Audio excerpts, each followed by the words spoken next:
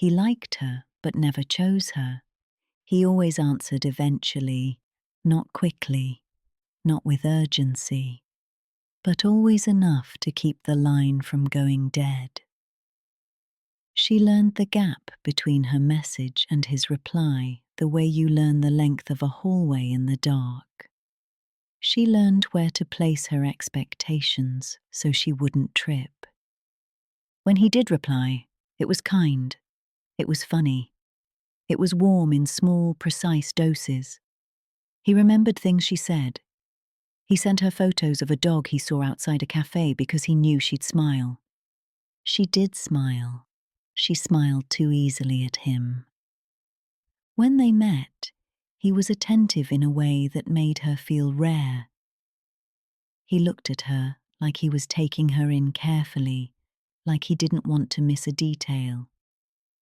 But he always kept his body slightly angled away, as if ready to leave before anything became heavy.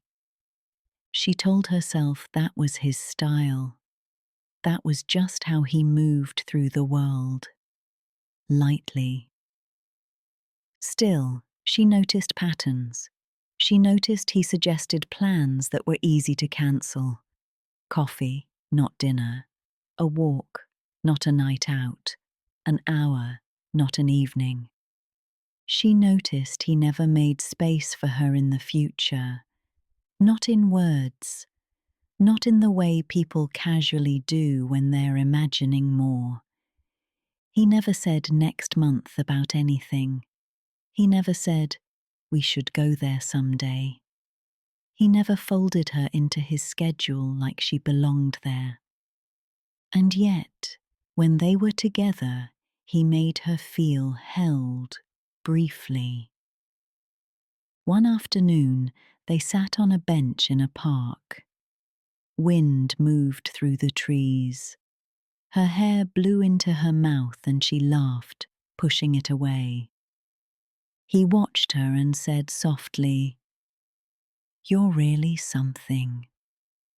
It was a simple sentence. He didn't say it dramatically. He didn't say it like a promise. But her chest responded like it had been waiting for those words for a long time. She wanted to turn to him and ask, "Then why does it feel like you're always half gone?" She didn't ask. She stayed in the sweetness. Later, when she got home, she replayed that moment until it felt like proof.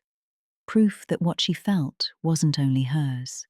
Proof that he was there with her, even if he didn't act like it. Days passed. He sent fewer messages. Not none, just fewer. She told herself he was busy. She told herself not to be the kind of person who needs constant reassurance. She told herself she had her own life. She did have her own life. That was part of what made this feel so strange. She wasn't empty. She wasn't waiting for anyone to save her. And yet, she found herself looking at her phone in the middle of conversations with friends, as if the real scene was happening somewhere else. When he reached out again, she answered immediately, then hated herself for it. Not because she was ashamed, but because her speed revealed how much space he'd been taking. He suggested meeting that weekend. She agreed. On Saturday, he cancelled an hour before. A reasonable excuse, work thing, family thing, something that sounded true because it could have been. He wrote, "I'm sorry, rain check." She stared at the words and felt something settle in her stomach. "Sure," she replied, and meant, "I understand the shape of this now." He didn't respond right away. When he did, it was a heart emoji. A heart emoji was not a plan. They saw each other the next week anyway, by chance. At a friend's gathering. He looked genuinely happy to see her. He came straight over. He touched her elbow lightly as he spoke. "Hey," he said, "you look amazing." She felt herself soften immediately, like her body had its own loyalty. They talked in the corner while others moved around them. He asked about her projects. He laughed at her jokes. He held eye contact just long enough to make her feel like he was staying. Then someone called his name. He turned his head. He said, "1 second," and walked away. He didn't come back for 20 minutes. She stood there with a half-finished sentence inside her.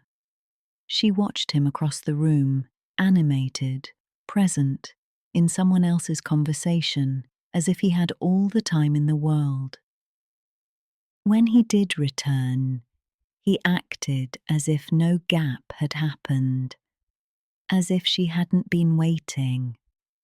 "I'm sorry," he said casually. "Got pulled into something." She nodded. "It's fine." He leaned in and said, quieter, "We should do something just us, soon." She looked at him. She realized she'd been hearing versions of that sentence for months. Soon. Sometime. We should. She asked, as gently as she could, "When?" He blinked, just once. A small pause. Then a smile, charming, evasive. "Let's figure it out," he said. She felt something in her go still. Later that night, she walked home alone. The streets were wet from earlier rain, lights reflected in the pavement like blurred coins. She thought about all the moments he had offered her: warmth, attention, sweetness. He had given her feelings. He had never given her a choice. At her door, she took out her keys and noticed her hands weren't shaking. She wasn't dramatic. She wasn't falling apart. She was just finally seeing the difference between being liked and being chosen.